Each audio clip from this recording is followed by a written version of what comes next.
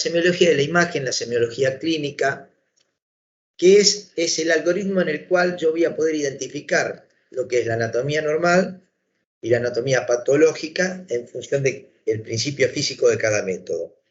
Si ustedes tienen claro, que ya lo hemos visto seguramente en tamizaje también, si ustedes intentan identificar con claridad el fundamento físico, van a entender cómo se comporta con cada sector anatómico, con cada estructura orgánica, y a la vez van a poder identificar patrones normales, patrones fisiológicamente normales y patrones fisiológicamente patológicos. Entonces, y ahí ustedes pueden discriminar sin necesidad de memorizar por tipo nosológico de enfermedad cuáles son los métodos que me van a sumar algo de información. En el abdomen agudo, el método radiológico es muy importante, el tomográfico también, y hay algunos métodos adicionales que podemos saber utilizar, como la ultrasonografía. Entonces, bueno, con respecto al abdomen agudo, el abdomen agudo puede ser quirúrgico o no quirúrgico. Entonces, nosotros podemos tener este tipo de definiciones, donde vertimos que es un proceso abdominal que presenta un cuadro clínico quirúrgico habitualmente, a veces puede ser medicamentoso, pero el abdomen agudo tiende a ser un abdomen agudo quirúrgico, es lo que vamos a tratar de trabajar en el día de la fecha, pero que requiere una conducta activa y un diagnóstico temprano, digamos, no digo precoz, pero sí temprano, porque si no, evidentemente no va a tener una resolución satisfactoria o con una calidad de resolución casi ad integrum. Termina siendo una emergencia abdominal que puede llegar a poner en riesgo la vida del paciente y la vida del individuo, ¿no? Uno siempre tiene en claro, acá hay un cuadrito que yo siempre comparto con ustedes,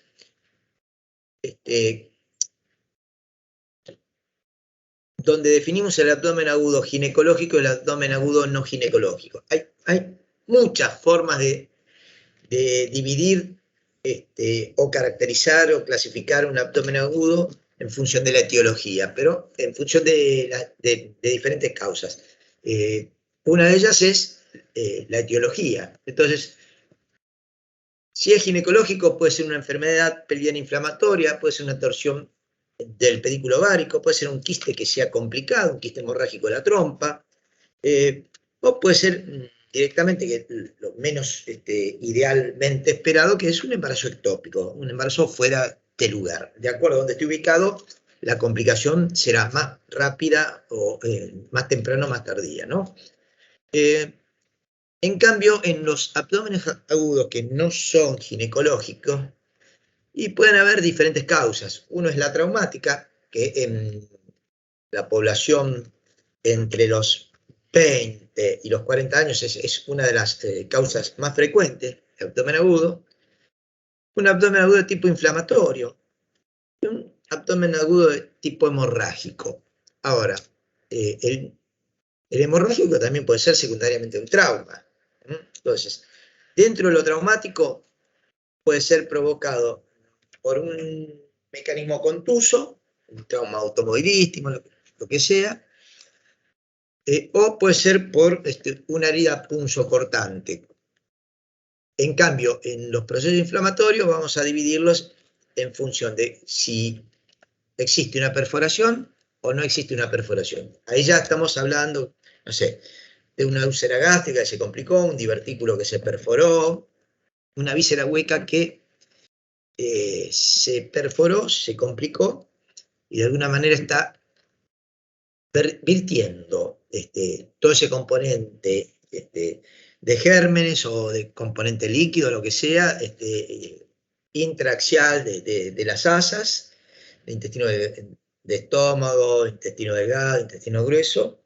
Habitualmente es alguna perforación, una úlcera gástrica, o a nivel de colon, una enfermedad diverticular, o también puede ser una apendicitis complicada, o también puede ser, en algunos casos, alguna neoplasia de colon habitualmente que puede abscedarse y perforarse también, ¿no?